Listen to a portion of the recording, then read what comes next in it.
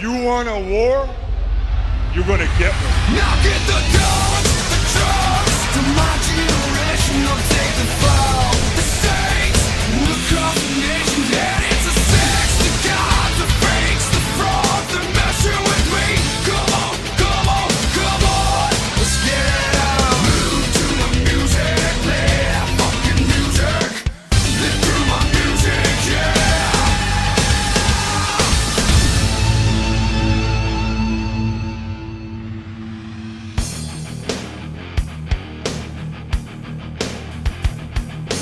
Hey yo, Reliving the War episode 214, December 13th, 1999. This week Raw is coming from Tampa, Florida, while Nitro takes place in New Orleans, Louisiana.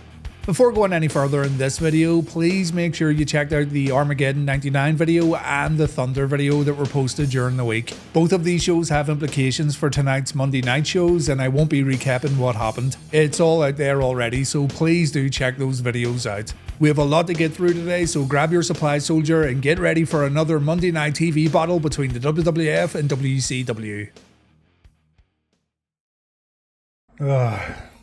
Let's go.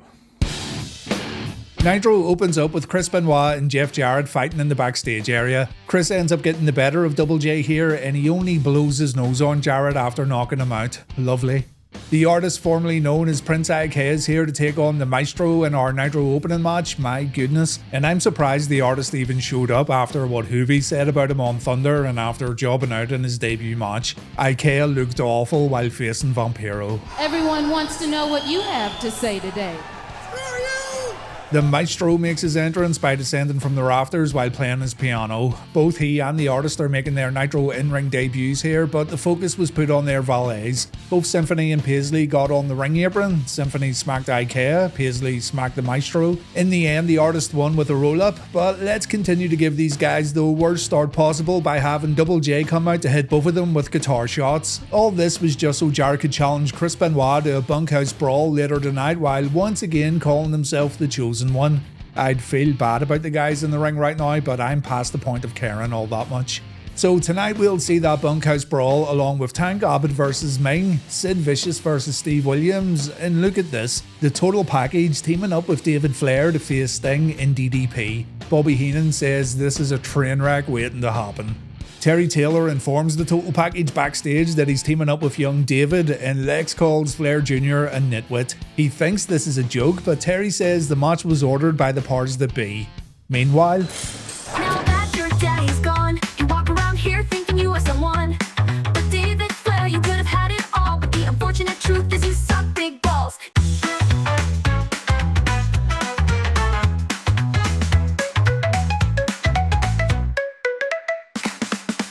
thanks David, I just shit my pants as you jumped out the door looking like an absolute maniac. That parcel contained a soft teddy bear, a teddy bear without a head. And David cuddles his bear while Lex wants to talk strategy. David just giggles as the total package tries to get down to some serious business, so yeah, these two have no chance at all.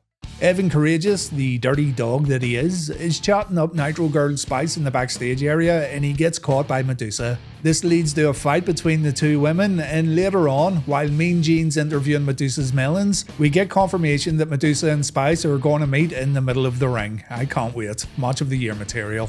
Back in the arena, Bret Hart comes out holding his 2 championship belts, and he says it's tough calling himself the best there is, the best there was, and the best there ever will be when Bill Goldberg's part of the WCW roster. Bret knows he'd one day have to face Bill. I think he's totally forgetting that he already wrestled Goldberg in the Mayhem World Title Tournament, but anyway. The Hitman respects Goldberg, but Bret has something to prove. Goldberg will not beat Bret Hart at Starrcade, and Bret guarantees that it'll be his hand raised at the end of the pay-per-view. The crowd booed this, by the way. Goldberg comes out and he says matches aren't won on confidence levels. Bill guarantees that Bret won't beat him at Starrcade, and that means Bret Hart is next. The Outsiders then appear on the entranceway. Kevin Nash tells the boys to kiss and make up because Hart and Goldberg have something that belongs to Hall and Nash, the WCW Tag Team Championships. The Outsiders want a match tonight for the Tag Team Gold, and Bret Hart accepts the challenge. So our main event tonight for Nitro features Hall and Nash taking on Bret Hart and Bill Goldberg.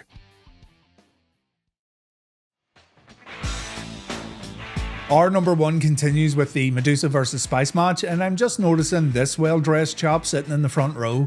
His sign says Adam's Catfish House, Belle Chase, LA, which apparently is still in business, and their menu looks divine. Delicious grilled shrimp dinners, fried chicken baskets, they've got a nice grilled chicken salad, and yes, I'm looking at this menu because anything's more interesting than this shit right here. Karagias runs down to stop the fight, but this gives Spice the chance to attack Madusa from behind. Madusa then gets covered for the 1-2-3, even though almost half of her body was under the bottom rope. And then Evan just stands there like an idiot while Madusa suplexes him. If this was supposed to be a surprise attack, then guess what? I'm not surprised. Ronda Singh wants to chat with the powers that be, but Russo says he doesn't talk to people on Ronda's level. She needs an agent if she wants to speak with Mr. Russo. Vince does want to speak with Roddy Piper though, and Piper's all excited about this new thing in WCW where referees have the final say. If you watched the Thunder video, you'd know about this already. Russo wants Piper to officiate a match between Buff Bagwell and Curt Hennig, and Russo tells the Hot Rod to do the right thing.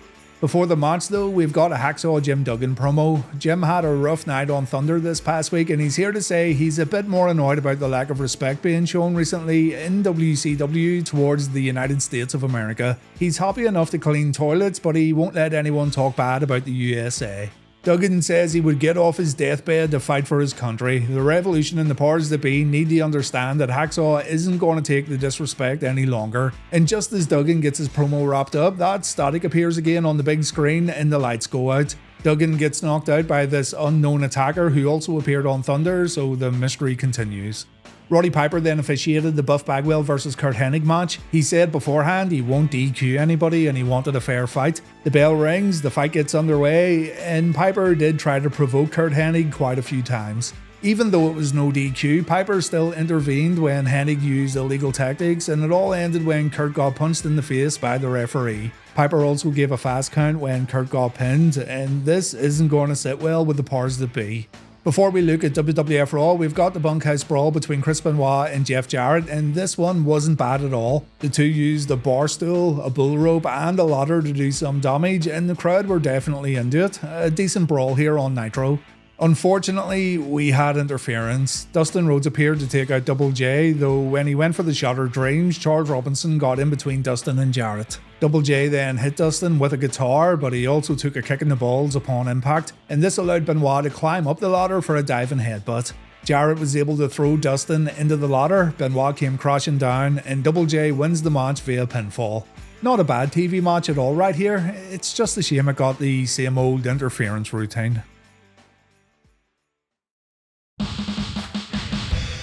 Raw begins with X-Pac vs Chris Jericho this week. On Nitro, it's Tank Abbott vs Meng in the Revolution vs Harlem Heat. We see Shane McMahon waiting for his dad to show up backstage. God knows how Vince is going to react to what happened last night at Armageddon. We have also got a brand new Raw stage that's very similar to the one used at No Mercy a few months ago, only with more narrow side screens. And Jericho's in the ring taking a lot of credit for the WWF's recent success, while also claiming that Raw is his show. He's now got a championship belt to prove it. X-Pac says he's sick of hearing Jericho talk about himself, he's sick of people buying into Jericho's crap, so he challenges him for the IC Championship and Chris accepts. Before the match begins, Chyna and Miss Kitty show up at the entranceway to take notes or something, and the match begins with X-Pac missing a spinning heel kick before getting sent to the outside. Chris hits his springboard dropkick, but back in the ring, X-Pac stops another high-risk move from Chris, and it looks like Pac's kick only grazed the IC champion, yet Chris sells it like a champ. X-Pac misses the Bronco Buster, Jericho puts his opponent down for the Lion Salt, X-Pac kicks out, and Y2J takes a spinning back kick right to the face. Still, this one ends with Chris powerbombing his opponent before locking in the walls of Jericho. Chyna then walks down to take out the referee while X-Pac taps out. So Kyoto awards the victory to Chris Jericho, but the champion seems a bit confused about the outcome. Triple H and Stephanie bump into Shane backstage, and Shane doesn't want to play happy families with these two. He says Stephanie will one day realise what she did to her family last night, and Hunter says Shane has no family spirit at all.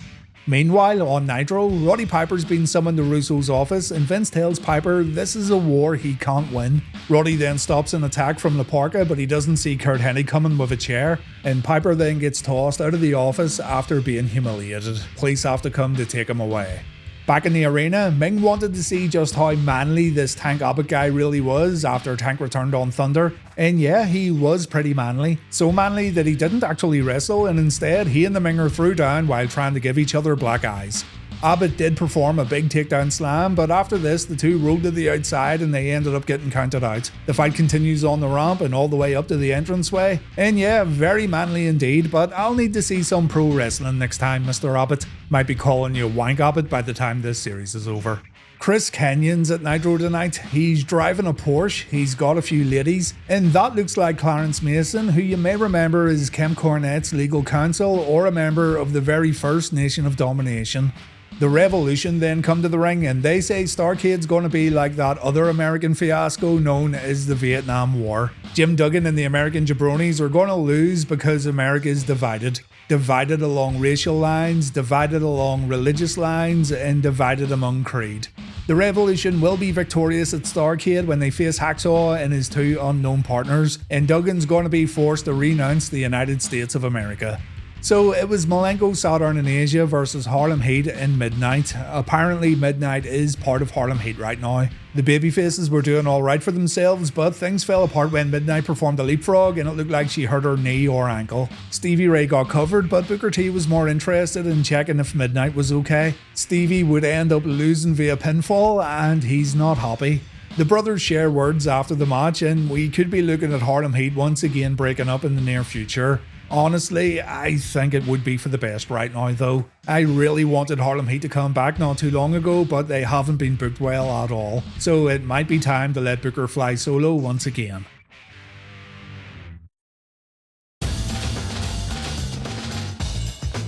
We have a ton of backstage promos to get through on Nitro, while over on Raw, the Godfather takes on Mark Henry. Before Mark came to the ring, a GTV video played on the Titantron. Yeah, I thought we were done with this GTV stuff, but apparently not.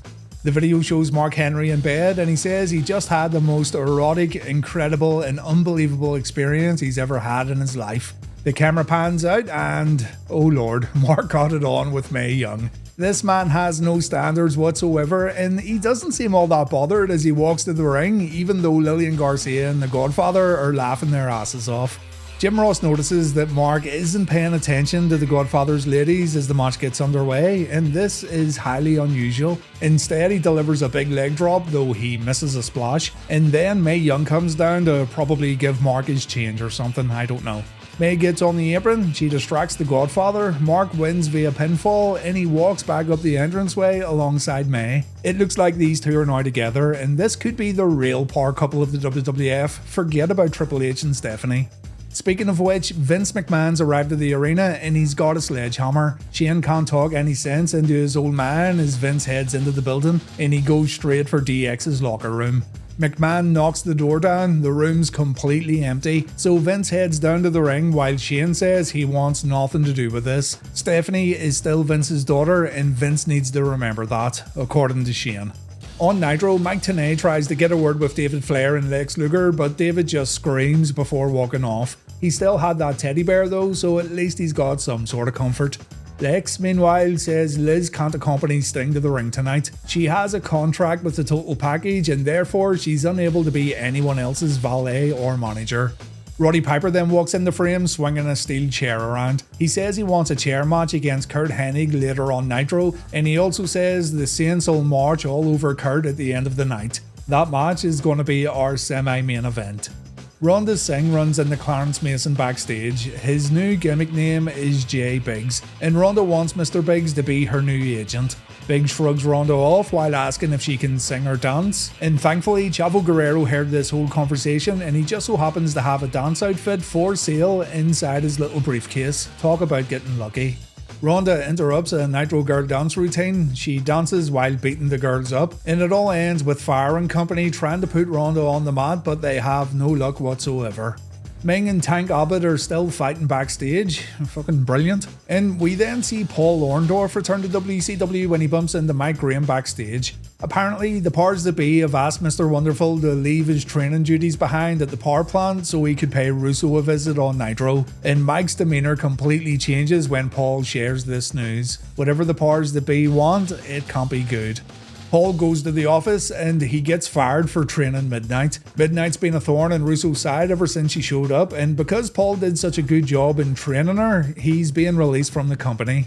When Paul begins talking back, he gets grabbed by Russo's goons, and Vince books Orndorff in a 2-on-1 match against Creative Control tonight on Nitro. Brand Knobbs continues his IRA training as Fit Finlay puts him through the paces. He still looks like a complete tit, so clearly this training regime isn't working out too well. And all this insanity ends with Norman Smiley accidentally walking into the block where Jerry Flynn looks for a fight. I like how Flynn just hangs out in the bellows of arenas now like an unwanted social outcast. Meng and Tank Abbott end up busting through the door. Smiley runs away while hitting Meng with his football helmet. Bad move. And yeah, Norman escapes the block, and that means Flynn's lost 4 of his own speciality matches. I don't know, dude. I think he should just give this up and return to the ring.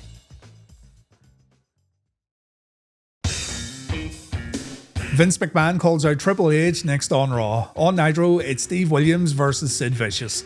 Right, here we go. Vince wants Triple H to come to the ring right this minute. Triple H has ruined the McMahon family, he's ruined Stephanie, and Vince is ready to take Hunter's head off right now on Raw's War. My Time plays in the arena, but it's Stephanie McMahon who walks to the ring. And Stephanie has a few things to say to her dad that pretty much sums up why she married the game. You see, according to Stephanie, it's always been about what Vince wants, even at the expense of his own family. It was Vince McMahon who apparently wanted his daughter to marry Big Test in the first place, but Stephanie didn't want to do it. So from now on, Stephanie's doing things her way. She used to get butterflies when Triple H looked at her, and one of the things she liked about Hunter was the fact that he stood up to Mr. McMahon. He played Vince at his own game by making business personal, and this line right here makes Vince a little confused.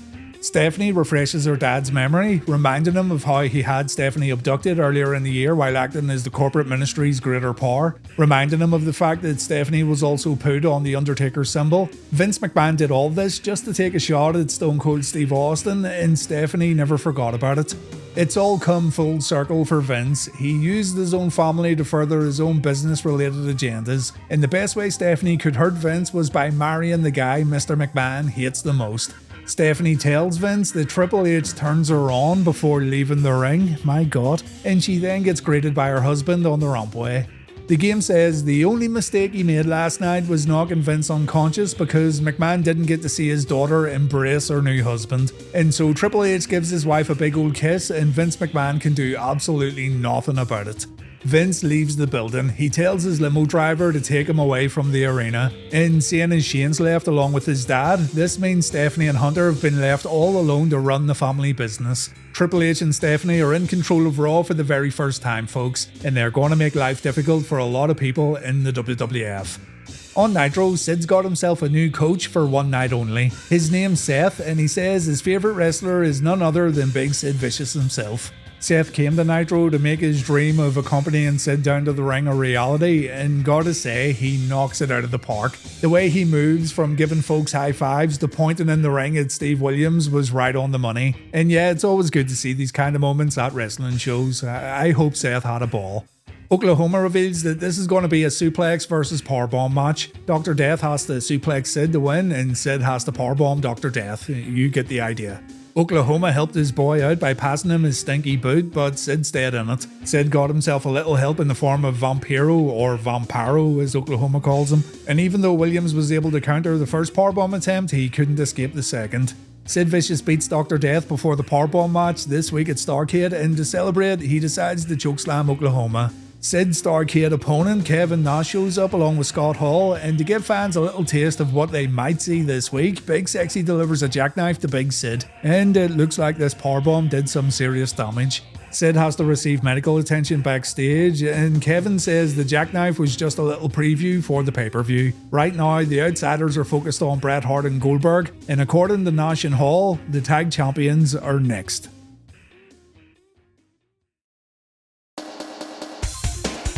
Tag team matches next. On Raw, the Rock and Sock Connection take on the Dudleyz. On Nitro, David Flair and Lex Luger take on Sting and DDP. Remember too, DDP screwed Sting this past Thursday on Thunder, so neither team's really ideal here. But I think I'd rather team up with DDP instead of a guy holding a decapitated teddy bear and a crowbar.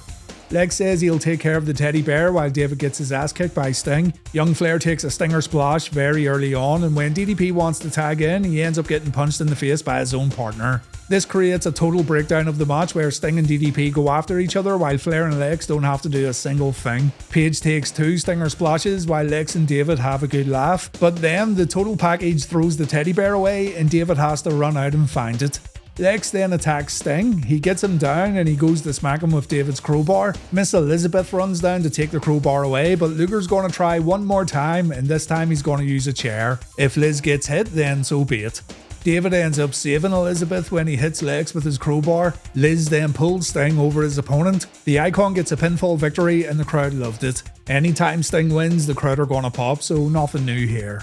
Backstage, Meng's hunting for Norman Smiley after the Hardcore Champion smashed his football helmet into Meng's face. Norman hides away while the Minger goes on the hunt and it looks like Smiley may have wet himself. Poor lad. On Raw, The Rock acknowledges Wade Boggs sitting at ringside. He tells Wade to go home later, get a chicken, seeing as Wade's favourite food's poultry, apparently. Shine it up and bring it back to The Rock so the Great One can shove it up his opponent's candy asses. The Dudleys tried to turn this one into a hardcore match early on and the referee had to take a chair away from Bubba. Immediately after this happened, The Rock hit a clothesline and the referee called for the bell. He's disqualifying Bubba even though the chair wasn't used. Lillian Garcia then announced that the Rock and Sock connection won via disqualification. Both Rock and Mankind look terribly confused, just like everyone else in the arena. But then Triple H's music plays and the game has an announcement. Seeing as he and Stephanie are now running the show, this match is now no disqualification. Rock says he couldn't care less, but he'd prefer if Triple H walked down to the People's Ring right now for a fight and Hunter can also bring his little tromp with him. Though before Hunter gets a chance to walk down to the ring, the Dudleys begin attacking Rock and Mankind. We come back from a commercial break, the match continues on. Rock and Foley take full advantage of the no DQ rule by using a chair on the outside and Bubba gets busted open. Back in the ring, the Dudleys perform the What's Up flying headbutt, and it looks like Mankind may have hurt his knee as he goes down from an Irish whip. He does manage to pull off a double arm DDT and Rock's desperate to get tagged in. Mick makes it to his corner for the hot tag and The Rock comes in all guns blazing. Samoan drop to Bubba, spinebuster to Devon. The Rock then delivers a people's elbow to Devon, but Bubba pulls the referee out. This results in Stephanie and Hunter sending out another referee, and whoever this is, he's wearing the Vince McMahon mask from a few weeks ago. The ref gets in the ring, he pulls Devon on Mankind. He then delivers a fast 1-2-3 to give the Dudleys a pinfall win, but The Rock's not going to stand for it. Rocky throws the referee back in the ring, he gets unmasked, and it's Al Snow. Al Snow's causing more problems for Rock and Mankind, but it doesn't take long for Snow to get taken care of. Bizarrely, the original referee comes back in when Rock performs a rock bottom on Bubba Ray, and he also gives the Rock and Sock connection a pinfall victory after Rock pinned his opponent. That's 3 times the bell rung during this match, and yeah, they overbooked it quite a bit here. Miss Kitty takes on Tori in a pudding match next on Raw, plus we've got the Main Street Posse versus the Acolytes. On Nitro, it's Bam Bam Bigelow versus Chris Kanyon. So Kanyon now wants to call himself Champagne Kanyon. He worked a lot behind the scenes during the recording of Ready to Rumble, so he thinks he's a big shot with these random women he found and Jay Biggs representing him as his agent. Rhonda Singh tries to talk to Mr. Biggs here again, but she gets escorted away. And then Bam Bam Bigelow wanted to compliment his friend on his brand new look, but Biggs tried to stop Bigelow from talking to Kanyon. Kanyon then attacked Bigelow from behind. The Jersey Triad are officially no more, it would seem. So Bigelow walks down to the ring and he says he has no idea what happened to Chris in Hollywood, but Bam Bam's not going to let Chris away with attacking him. The Jersey Triad mustn't have been enough for Chris, so Bam Bam's going to teach him a lesson. Biggs comes to the ring with Kanyon. He says he's also Chris's legal advisor and there's a few things he needs to talk about with Bam Bam, but Bigelow doesn't care and he goes on offense with a few shots. Champagne Kanyon manages to put Bam Bam down with a swinging neckbreaker, but Bigelow replies with an electric chair drop. Chris then gets flattened with a Samoan drop before taking a headbutt, and maybe Kanyon's a little distracted with all this Hollywood nonsense as he takes a falling power slam. He hasn't been very impressive here. Bigelow performs a top rope headbutt, but he gets distracted by Biggs on the apron. This allows Kanyon to perform a flatliner, and that's it over. What a terrible match from 2 talented individuals. The flatliner's been renamed to That's a Wrap, but I'll never remember that. In this house, it'll always be the flatliner. On Raw, this pudding match for the women's title was booked by Triple H on the spot, and since Tori didn't have a swimsuit, she's told by Stephanie McMahon to go out in her bra and panties. Miss Kitty is now known as the Cat, apparently, and X-Pac then came out in his wetsuit to have some fun at Tori's expense, but he too ends up in the chocolate pudding. I'm already getting tired of mud wrestling, swimming pool wrestling, and all this other type of nonsense. I understand its appeal back then for sure, but looking back on it now, it's kinda unnecessary. The Cat ends up winning. Kane comes out to get a piece of X-Pac, but the New Age Outlaws make sure Kane doesn't get very far. And when Lillian announces that Miss Kitty's the winner, she gets reminded that her new name's the Cat, and the WWF ring announcer gets thrown into the pudding. Backstage, Triple H and Stephanie get a few visitors.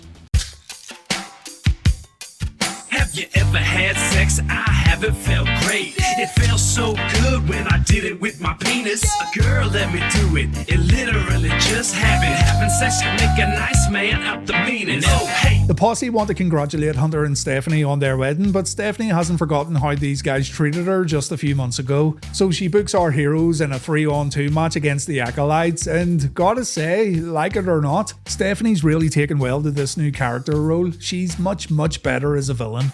The Posse had no chance at all. The Acolytes were ridiculously stiff here, as evidenced by Bradshaw's chair shot and the double powerbomb Joey Abs took. The Acolytes didn't even bother pinning their opponents, they just beat them up before leaving the ring, and I'm telling you right now people, the Posse did not deserve this at all. Backstage, Hunter tells the Outlaws to pull up a chair because he and Stephanie have booked a steel cage match that the boys don't want to miss, and that cage match is up next on Raw. Inside the steel cage, we've got the Hardy Boys taking on Edge and Christian. On Nitro, Big Vito takes on Lash LaRue.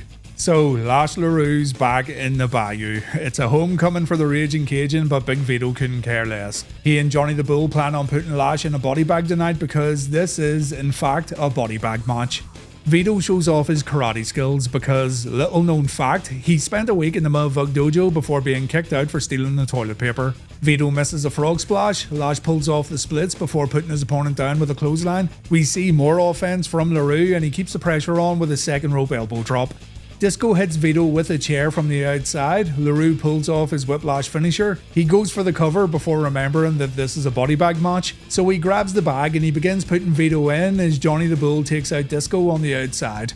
Lash wins the match, but he gets attacked by these two wise guys after the bell. Disco's out cold, so he can't help his buddy out as Lash takes a beating. In the end, LaRue gets put in a body bag and he gets brought back up the ramp and into the parking area. So Lash is going to be swimming with the fishes tonight in New Orleans. The boys drop Lash on the floor. Vito forgets where he parked his car. They go off looking for it, and a bit later on they come back to retrieve Lash. They open the body bag and LaRue's been magically replaced by Screaming Norman Smiley, so I guess that's one way to hide from Meng. Just pretend you're dead and go for a nice little sleep. The family's been made to look like idiots once again, but they'll get a chance at revenge this week at Starrcade. So, Triple H and Stephanie wanted to see some high-risk action in our next match, and the lads didn't disappoint. It started off like a typical match between these men with double team moves and Matt even pulling off a sit-down crucifix powerbomb, and the high-risk offense began when Jeff went for a swanton bomb from the top of the cage. He may have missed, but it still looked spectacular. Edge went up and he landed a corkscrew attack, and it looked like the match was all over when Matt and Christian climbed over the cage. Their feet hit the floor at the exact same time though when Edge rammed Jeff into the cage panel, so the referee decided the match was going to continue with only Edge and Jeff inside the cage. Jeff pulls off the twist of fate and he goes to leave. He gets intercepted by Christian, who's standing on the outside waiting for him though, and because Jeff's feet didn't hit the floor, Edge is able to win after exiting the cage door. A decent match here with a pretty creative finish. I do hope it kept Triple H entertained.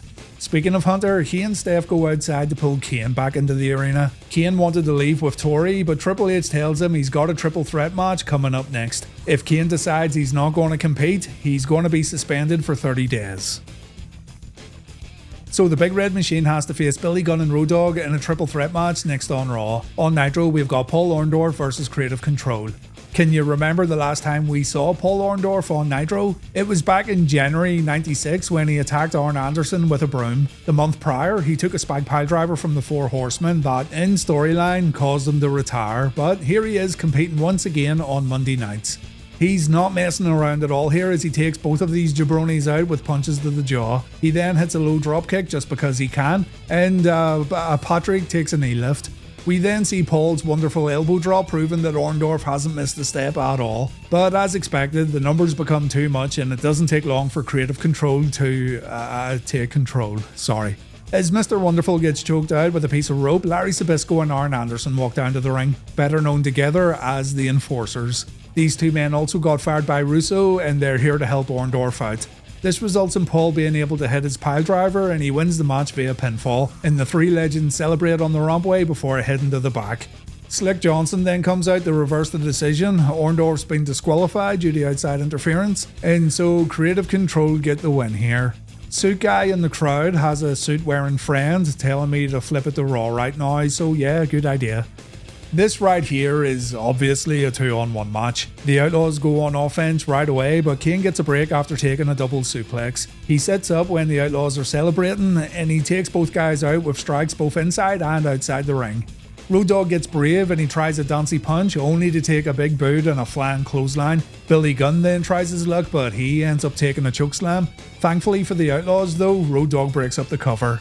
BA then stops Road Dogg from taking a chokeslam and Kane goes down after a famouser. That's it over, folks. Kane takes a back suplex and neckbreaker combo before falling victim to a spike piledriver, and the New Age Outlaws win via pinfall.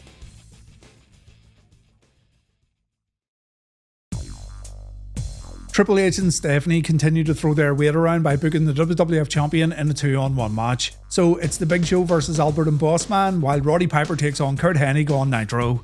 The Nitro match was incredibly short. Chairs are legal in this one, and it begins with Curt getting in a few shots before Piper can even get started. The Hot Rod fights back. He manages to drop Curt on a chair set up in the ring. He then swings the chair like a madman while Curt blocks the shots with his own chair. But finally, Roddy's able to hit his opponent and Curt falls out of the ring. The match then ends via countout. I'm not going to be too harsh here because it is the first chair match on Nitro and it's not like they specifically said no DQ and no countout, but you still wouldn't expect it in this kind of matchup. Backstage, Mike Tenay calls for a cameraman because Bret Hart's been attacked in his locker room. You can clearly see Goldberg hiding behind a wall right here, but he still rushes in seconds later acting all surprised. It would actually make you think Goldberg was behind the attack the way it's been shot, but no, it wasn't Bill. It looks like Bret could be out of the main event, but we'll find out in just a moment. The Raw semi-main event was a short one too. This match ends the Big Show vs Bossman rivalry, which is a terrible shame seeing as it was pretty entertaining. The giant robot monster logo appeared after Big Show's entrance, yet Steve Blackman's nowhere to be found tonight. This is pretty dangerous, but thankfully no robotic terror showed up to Monday Night Raw, thank God. Show attacks on the rampway while DX enjoy the action from their comfy backstage office. Show then pulls off a dropkick on Albert inside the ring, but he's tripped up by the Bossman afterwards. This allows Albert to pull off a pump kick that looked absolutely terrible. The match ends with Albert taking a chokeslam. Bossman breaks up the cover, so he too takes a chokeslam from the WWF Champion. And not a great match if I'm honest, and we're still yet to see Big Show actually close out an episode of Raw or a pay-per-view as WWF Champion on Reliving the War.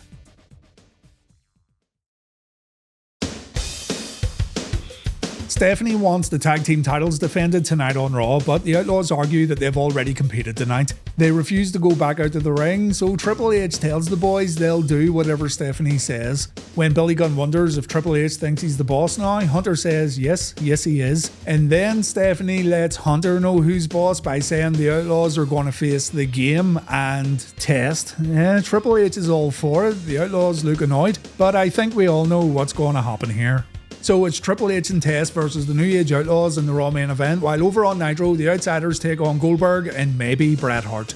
The Outlaws dash down to the ring and they immediately go after Test. When the match gets in the ring, it's Hunter on the apron while Test gets put in the Outlaws' corner. It doesn't take long though for Big Heartbroken Andy to fight back. He delivers a few arm drags to Billy Gunn, which were super fast for a guy his size, and when Road Dogg comes in, he gets put down with a big boot. Stephanie cheers Test on as he performs a sidewalk slam, but this strange tag team begin to have problems when Test struggles to tag out. Hunter does seem eager to get in the ring, but the Outlaws are now doing a good job of keeping Test away from his partner. Finally, Test knocks Road Dogg off the apron and both he and Billy Gunn go down after a double clothesline. Hunter then drags Test to his corner so he can tag out. Hunter comes in, the tag's perfectly legal. The game gets ready to fight his DX comrade Billy Gunn, but he decides to beat up Test instead. You saw this coming a mile off, but it still kinda sucks to see Test get wrecked again on Raw, and I say that as a Triple H fan. The guy was made to look like a fool at his own wedding. He took a pinfall loss to Triple H last week, and now he's taking a chair shot from Hunter after getting smacked around by Stephanie McMahon. Test was a fantastic young prospect for the WWF, and he's going through quite a lot of setbacks here in a very short time period. Stephanie gives us a crotch chop along with D-Generation X, and get used to this folks because this new regime's here to stay for a while. On Nitro, Nash says Bret Hart isn't coming out for this match, and seeing as the Outsiders did Goldberg a huge favour by softening Bret up for Starrcade, Billy Boy should come out and give Hall and Nash the Tag Team Championships. I mean, yeah, I think that's a fair deal if I'm totally honest. Goldberg takes both belts and he makes his way down to the ring. The Outsiders hold out their hands. Billy Boy decides to clothesline both of his opponents instead, and the match is on. Hall takes the power slam while Nash takes Billy Boy's standing sidekick, a move that would have horrible implications this week at Starrcade. The Outsiders regroup while the crowd chant Goldberg, and the match resumes with Scott Hall softening up Goldberg's arm and shoulder. Goldberg counters with a fireman's carry. Hall takes a fallen pump-handled slam before tagging in Big Nash. The crowd's going nuts for this confrontation, by the way, as the boys build up a bit of anticipation. It's Kev who goes in first with a knee strike, but Goldberg comes back with a shoulder tackle.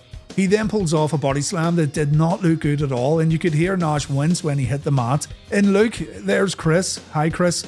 Scott distracts from the apron, and this allows Nash to perform a big boot. Kev looks pissed off as he tags out, but he comes right back in to choke Goldberg out. Hall's in again to hit Goldberg with a chokeslam, and just as the Outsiders take the lead, Bret Hart shows up to help out his partner. Bret seems a bit dazed, but he throws right hands before putting Nash to the mat with a Russian leg sweep. He then goes for a sharpshooter, but the move gets broken up by Scott. Nash then brings a tag team belt into the ring as Goldberg lines up a spear on Hall, and Nash hits Bret right on the knee with that tag team belt. Hart goes down as Goldberg puts Scott on the canvas. Nash then covers Bret before Goldberg can jackhammer Scott, and this results in the Outsiders winning via pinfall. Hall still takes a jackhammer, but Bret and Goldberg have lost the Tag Team Championships just before Starrcade. People throw trash and drinks into the ring. We haven't saw that in a while. That's unbelievable! And the show ends with Goldberg checking in on his partner before Nitro fades out. To see what happens next, check out Starrcade 99 later in the week. Nitro's been improving a lot, which is good to see. That really bad episode 2 weeks ago made me think there was no hope left for WCW, but they have reined the backstage promos back quite a bit, which is definitely a good thing. More time was afforded for the in-ring stuff, which is also good, but even taking all this into account, I'm still giving it the Raw this week. The Stephanie and Triple H relationship has affected the whole show, and it's a good shake-up. I maybe won't be saying that after a few months, but right now the whole dynamic of Raw has shifted, and it makes some interesting possibilities when talking about storylines. Raw's now on 117 points, Nitro's on 76, and we've got 21 ties. In the TV ratings, Raw drew a 6.1, Nitro put up a 2.8, the lowest rating since Russo took over. Starrcade 99's up next, and I'll be covering it as usual this Sunday. Every match on the show's had some sort of build-up, which is good for 1999 WCW standards. We'll see the Total Package versus Sting, DDP versus David Flair, Creative Control versus Harlem Heat, and a ladder match for the US title that unfortunately doesn't include Scott Hall. Then we have the main event, Bret Hart versus Goldberg. It's a pretty infamous match to say the least, and we're going to see how it all unfolded this Sunday. So I hope you come over and check it out this Sunday, and as always, if you want to see it early, you can support me on Patreon. Thanks for watching, Soldier. Thank you for continuing to tune in every week after all these years. Enjoy your weekend, and please take care.